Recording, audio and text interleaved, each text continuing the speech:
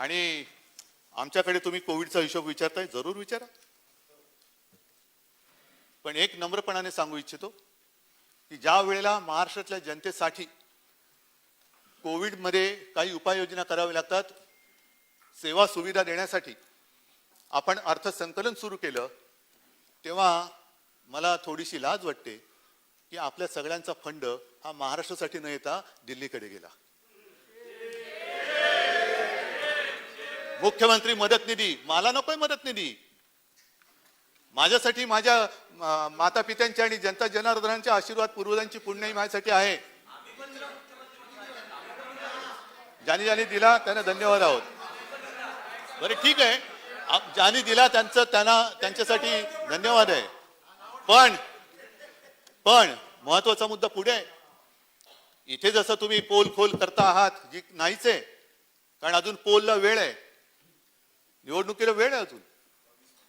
पण ज्या प्रधानमंत्री तो जो काय फंड आहे, PM केअर काय म्हणतात त्याला, त्याचा हिशोब कोण मांडणार, कोण देणार? त्याचा हिशोब विचारायचा नाही. ते उत्तर द्यायला बांधील नाहीत, कारण ते महनीय व्यक्ती आहे. त्यांच्याकडचा फंड हा तुमच्या चौकशीच्या फेऱ्यात येत नाही. काय वाचेल तितका आपटा तुम्ही, किती वाचेल ते बोंबला, तुम्हाला उत्तर देणार नाही. एकतर प्रश्न विचारण्याची कोणामध्ये हिंमत सुद्धा नाहीये, कारण जर विचारलात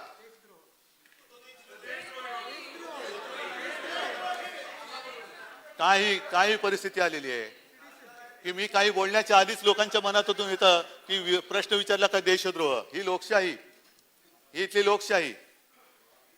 आणि मग मी सांगतो की कोविड काळमध्ये जे काही केलेलं आहे हे मी दरवेळेला फेसबुक लाईव्हच्या माध्यमातून सांगितले, पण काही थोडंसं तुम्हाला पुन्हा सांगतो. प्रत्येक जिल्ह्यात टास्क फोर्सची निर्मिती केलेली आहे. ऑक्सिजन व्यवस्थापन आणि उत्पादनावरती नियंत्रण आणलं होतं. तेव्हा खाजगी रुग्णालयात 80% ज्या रुग्णशय्या आहेत त्या आपण कोविडसाठी रिझर्व्ह केल्या होत्या. आणि महात्मा फुले जनआरोग्य योजनेचा लाभ आशिषजी 60,000 नाही, त्याच्या आधी 5 लाख आकडा आहे. 5,58,059 कोविड रुग्णांना आपण त्याची करून दिलेली आहे. टेस्टची संख्या म्हणजे जेव्हा हे संकट आलं तेव्हा आपल्या राज्यामध्ये फक्त 2 किंवा 3 टेस्ट लॅब होत्या. एक आपल्या कस्तुरबामध्ये, एक पुण्याला आणि कदाचित मला वाटतं एक नागपूरला असेल. आता या खाजगी आणि सरकारी मिळून जवळपास 500च्या आसपास चाचणी केंद्र आपण राज्यात निर्माण केलेली आहेत. आणि तिकडे सुद्धा आज दिवसा गणिक म्हणजे एकट्या मुंबईमध्ये सुद्धा 20 ते 25,000 चाचण्या आता रोजच्या होत आहेत. ही आपली एक उपलब्धता आहे. ही उपलब्धता आहे. अनेक गोष्टी आपण केलेल्या आहेत. याच्यामध्ये आणखीन एक महत्वाचा मुद्दा जो असतो की डायलिसिस काय, हा एक मोठा प्रश्न होता. कारण येणारा रुग्ण आज सुद्धा हॉस्पिटलमध्ये रुग्ण आल्यानंतर तो कोविड आहे का नॉन कोविड फार कठीण असतं, परंतु त्याला उपचार ताबडतोबीने सुरू करावे लागतात. मग डायलिसिसचा प्रश्न होता आणि त्या डायलिसिस साठी सुद्धा आपण मुंबईमध्ये जवळपास 150च्या आसपास ही केंद्र आणि त्या सोयी सुविधा आपण करून दिलेल्या आहेत. खूप आपण केलेले आहे. मला वाटतं हे सुद्धा मी आपल्याकडे नंतर पाठवून देतो, नक्की देतो, कारण बोलण्यासारखं बरंच आहे.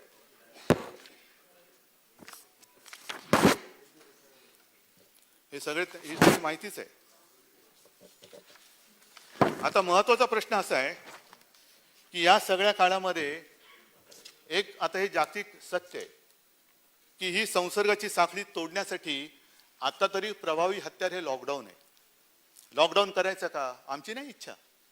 आम्हाला कोणाला काही गंमत नाही वाटत आहे की गोरगरिबांची रोजीरोटीची साधनं आहेत त्याची चूल विझवणं हे कोणत्याही सरकारचं कर्तव्य असू शकत नाही. ह्या सरकारचं सुद्धा नक्कीच नाहीये. उलट गोरगरिबाची चूल जी कधी पेटली नसेल ती देणं हे काम आहे. चूल का बोललो? कारण पुन्हा गॅस मागलेला आहे आणि पुन्हा आपण चुलीकडे आलेलो आहोत. योजनेचा धूर निघतोय, गॅस वाढत चाललेला आहे. म्हणजे पेट्रोलची सेंचुरी आणि गॅसची हजारी. हे आत्मनिर्भर गरीबाला सुद्धा तेवढी ताकद आली पाहिजे. तर लॉकडाऊन करायचा का? व्यापाऱ्यांची चिंता जरूर करा. शेटजींची म्हणजे व्यापाऱ्यांची चिंता जरूर करा. आम्हालाही आहे. हसणार का काय त्याच्यात? जे आहे ते आहे. पर्यायी शब्द व्यापाऱ्याला शेटजी आहे तर शेटजी आणि आम्हाला, कारण ते जर नसतील तर अर्थचक्र नाही चालणार. अर्थचक्र चालवायचं असेल तर व्यापारी पाहिजेत, कामगार पाहिजे, शेतकरी पाहिजेत, सगळे पाहिजेत, तर आणि तरच हे चालू शकतं. पण लॉकडाऊन करण्यापेक्षा तोही आमचा प्रयत्न आहे. आरोग्य सुविधा का नाही वाढवत? आपण आरोग्य सुविधा वाढवतो, परंतु युकेमध्ये अजूनही लॉकडाऊन असेल, जर्मनीमध्ये केला, इस्रायलमध्ये केला, इटलीमध्ये केला, ऑस्ट्रेलियात करतात. काय त्यांची आरोग्य व्यवस्था ही आपल्या अमरावतीपेक्षा कमी आहे? अमरावतीपेक्षा ब्रिटनची आरोग्य व्यवस्था कमी आहे का? की म्हणून त्यांनी तिकडे लॉकडाऊन केला, म्हणून जर्मनीने केला, म्हणून आणखीन कोणी केला का अमेरिकेने केला? अमेरिकेची तर हालत लॉकडाऊन नाही केला, नशीब त्या अबकी बार मोदी ट्रम्प सरकार कोणी ऐकलं नाही, तर आणखीन वाट लागली असती. तर हे करोनाचं सगळं हे संकट, त्याचा मुकाबला आपण करतो आहे. आणि मी जबाबदार, ही जी काही एक ती मोहीम आहे, ती मी जबाबदार विशेषतः सगळं हे उघडा ते उघडा ते उघडा ते उघडा असं जे म्हणतात ना, त्यांच्यासाठी आहे आणि आपल्या स्वतःसाठी सुद्धा आहे. मी सुरक्षित तर माझं कुटुंब सुरक्षित, नको सुरक्षित तर नका नका घालू मास्क. पण मला असं नाही म्हणता येणार. मला माझ्या राज्याच्या जनतेची काळजी आहे आणि म्हणून मी सांगितलं की जरी कोणी मला विलन खलनायक ठरवलं तरी चालेल, पण मी माझ्या राज्याच्या जनतेच्या जीवाची आणि सगळ्या हिताची काळजी घेणार म्हणजे घेणारच. कोणी मला वाईट म्हटलं, मला परवा नाही त्याची, मला नाही परवा. कारण मी माझ्या राज्याशी बांधलेलं आहे, मी माझ्या माता भगिनीशी बांधलेलं आहे आणि त्यांची सुरक्षा, त्यांच्या आरोग्याची व्यवस्था हे आमच्या सरकारचं काम आहे, ते करणार मी. पण कसला अभ्यास नाही, काही नाही. आणि कोणत्या तरी एका वर्गासाठी तुम्ही संपूर्ण गावाला, संपूर्ण राज्याला धोक्यात घालणार असाल, तर जे असे कोणी करतील ना, त्यांना सुद्धा त्यांच्यावरती गुन्हा दाखल करून तुरुंगात टाकल्याशिवाय राहणार नाही. कारण मला तुमच्या त्या राजकारणापेक्षा मला माझ्या जनतेचा जीव जास्त प्यार आहे. आणि कृपा करून हे जे संकट आहे, कृपा करून हे जे संकट आहे, या संकटाची खेळ कोणी करू नका. माझी सगळ्यांना विनंती आहे, अगदी आमच्याकडच्या सगळ्यांना सुद्धा आणि आपल्याकडच्या सगळ्यांना सुद्धा. कारण करोना सत्ताधारी पक्ष आणि विरोधी पक्ष हा ओळखत नाही. इतर राज्यामध्ये काही मंत्री दुर्दैवाने मृत्युमुखी पडलेत, काही आमदार, काही खासदार मृत्युमुखी पडलेले आहेत. हा व्हायरस कोणाला ओळखत नाही. आणि हा ओळखत नसल्यामुळे कृपा करून निदान इकडे तरी या सगळ्याची थट्टा करू नका. माझे कुटुंब, माझी जबाबदारी, थट्टा करा ना. कोणाची थट्टा करताय? मी जबाबदार, करा ना. माझी थट्टा करताय, जरूर करा, पण जनतेच्या जीवाची खेळ करू नका. हे एवढंच माझं नम्रपणाने तुम्हाला सांगणं आहे. आणि म्हणून मला असं वाटतं की हा जो कोविडचा जो विषय आहे, हा अत्यंत गांभीर्याने आपण सगळ्यांनी मिळून केला पाहिजे. ठीक आहे, गेल्या काळामध्ये काही अनुभव आपल्याला आले, काही चुका आमच्याकडनं झाल्या असतील, काही तुमच्याकडनं झाल्या असतील, पण आपण सगळे मिळून ह्या चुकांची पुनरावृत्ती आता होता कामा नये. जर एखाद्या ठिकाणी गर्दी झाली असेल, दुर्दैवाची झाली असेल, ती झाली, पण आता ह्याच्या पुढे किमान काही दिवस तरी ही लाट अजूनही आपण थोपवतो आहोत, अजूनही थोपवतो आहोत. आणि कालच दिल्लीची एक टीम आपल्याकडे येऊन गेली. मी स्वतः त्यांच्याशी बोललो आणि त्यांना मी विचारलं की आम्ही काही कुठे कमी पडतोय का, हे कृपा करून मला सांगा. आणि त्यांनी सांगितलं की बिलकुल नाही, फक्त एक लक्षात घ्या की ही तुमची यंत्रणा थोडीशी थकलेली आहे. साहजिकच आहे, 8-10 महिने थकलेली आहे. जेव्हा लॉकडाऊन होता तेव्हा थोडीशी गोष्ट सोपी होती, सगळी लोक घरामध्ये होती, तेव्हा त्यांच्या घराघरामध्ये जाऊन चौकशी करणं सोपं होतं. पण आता पुन्हा चौकशी करायला गेल्यानंतर ते कुटुंबाच्या कुटुंब बाहेर फिरत असतं, काम करत असतं, रोजीरोटीसाठी फिरत असतं. आणि तेव्हा आपली लोक जाऊन जर का तिकडे चौकशी करतील तर त्या चौकशीला अर्थ नसतो.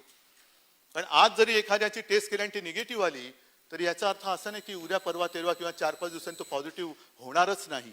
आणि म्हणून मला असं वाटतं की लॉकडाऊन टाळायचं असेल तर जी आपली त्रिसूत्री आहे ती म्हणजे मास्क घालणं, हात धुणं आणि अंतर पाळणं, हे ह्याला दुसरा पर्याय नाही.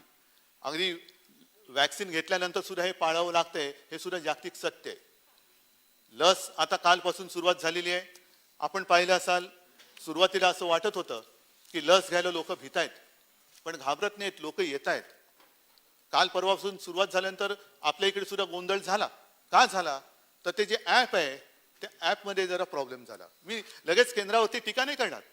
आज सुरुवातीला असे विषय होतात, चुकांवरनं चुका करून जो काम करतो तो चूक करतो आणि जो चूक करतो तो पुढे काम करतो. आणि म्हणून मला असं वाटतं की लगेच बघा त्यांनी ॲप कसं होतं तेच कोलमडलं म्हणून झालं नाही. त्या ॲपमध्ये प्रॉब्लेम झाला हे सत्य आहे, पण ह्याच्यामध्ये मी केंद्रावरती टीका करणार नाही. कारण केंद्राची मदत ह्याच्यात मला पाहिजे, आपल्याला सगळ्यांना पाहिजे.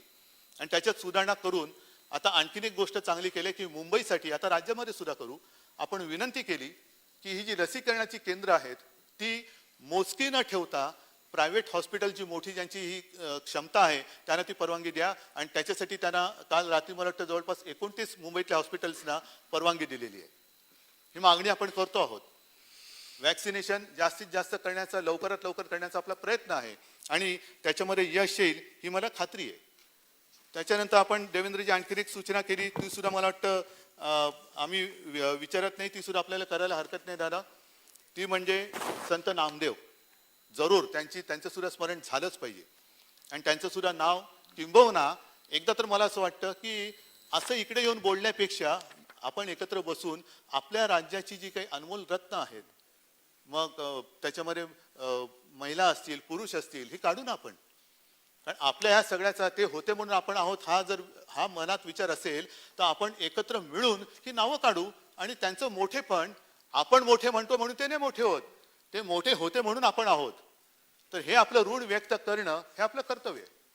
पण संत नामदेवांचा उल्लेख केल्यानंतर आणखीन एक गोष्ट मला नक्की सांगावीशी वाटते की संत नामदेव महाराष्ट्रातील मराठी मातीचा पुत्र, पंजाबात जाऊन त्यांनी काम केलं, शेतकऱ्यांसाठी सुद्धा काम केलं.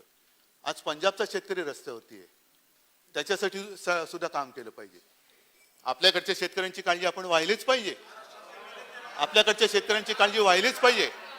विजेबद्दलचा काल निर्णय आम्ही सांगितलेलाच आहे. पण जे शेतकरी तिकडे आंदोलनासाठी बसलेले आहेत त्यांची वीज कापली जाते, त्यांचे शौचालय तोडली जात आहेत.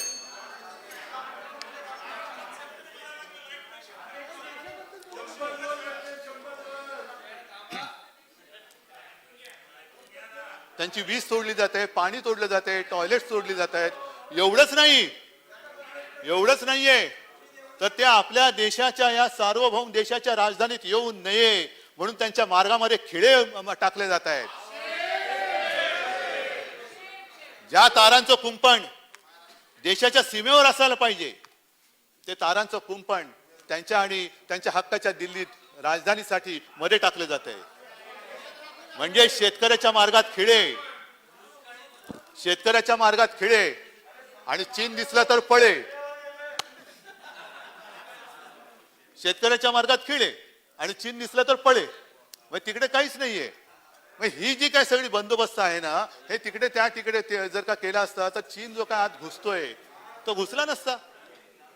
बांगलादेश असेल, पाकिस्तान असेल, या सीमारेषा उघड्या, तिकडनं घुसखोर येत आहेत, अतिरेकी येतात. पण शेतकरी त्याच्या राजधानीत येता कामा नये म्हणून तुम्ही त्यांच्या मार्गात खिळे टाकताय. काय शेतकरी अतिरेकी आहे? काय शेतकरी गुन्हेगार आहे? काय शेतकरी देशद्रोही आहे? असं समजू नका की देश ही तुमची खाजगी मालमत्ता नाहीये. देश ही या शेतकऱ्यांची सुद्धा मालमत्ता आहे.